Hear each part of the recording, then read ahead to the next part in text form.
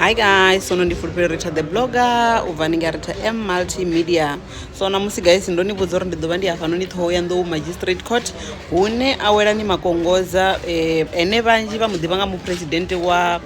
Makongoza team Makongoza camp team nge hune ha iswa vhana vhene a vha pfi vhabebi vha tshi vhalaya nge hune vhana vho no da mafola vha vhaisa ngo to ralo thi u ḓivheliwa zwenezwo that is what ndi tshi khou zwi amba team. So guys sabunga na no zwibona khazi captions nga matshiloni ndi khou sumbedzisa uri mini awala ni ovo ya live mulova ava khou sumbedzisa uri mini ene anga I court a inga dzheni ngauri mu imeleli wawe vha ḓo vha uri kwaṱa vha siho zwi amba zwa uri mini hino ni case a inga sengi namusi a ḓi dovha vha khou ḓi sumbedzisa jokingly so uri hai na matshelo u ḓo namusi a kwama namusi uri u ḓo vha khou ṱoḓela uri vhatshutshisi na murena magistrata vha ḓivha vha khou ḓi vhonela lunako lwa muselo wawe vha ḓo vha khou ḓi vhonela ṱhase ye ene ananga ine yo ita mavhodzi nga madekwana ane a kha ḓi tou vha fresh style tshawe tshi kha ḓi tou vha fresh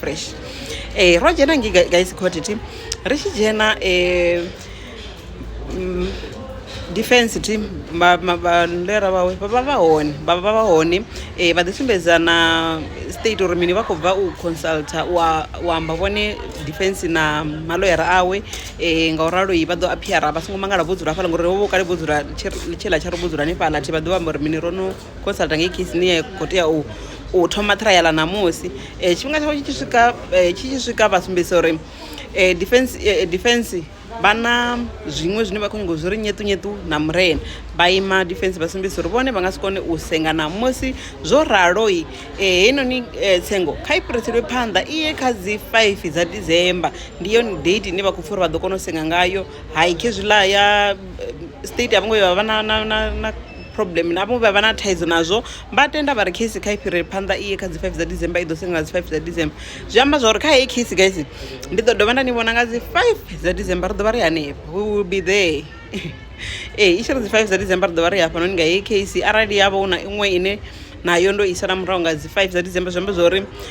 definitely ndi ḓo ṱoḓa muthu ene a ḓo vha a hafha noni ngauri dzi cases ya vha dzi tshi khou dzhena nga tshifhinga tshithihi u tou fana na ile yavho ṅwana I khou dzhena nga khathihi na dziṅwe dzine nda vha ndi khou dzi tevhelela dzine ndo dzi tevhela u bva murahu ti so zwi amba zwa uri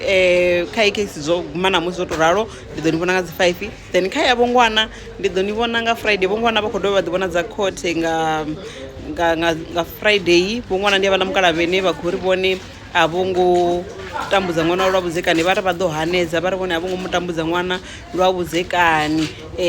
ndi tou vha ri khou shavha u ambesa zwinzhi ngauri thi sure uri yo no guma gai heinoni mulandu mara ndi ḓivha uri u khou ḓo u dzhena nga ḽavhuṱanu ndi ḓo ḓa nda mbudza zwine nda ḓo zwi pfha nga ḽavhuṱanu uri vha ri mini nga hounoni mulandu ndi zwone guys bye.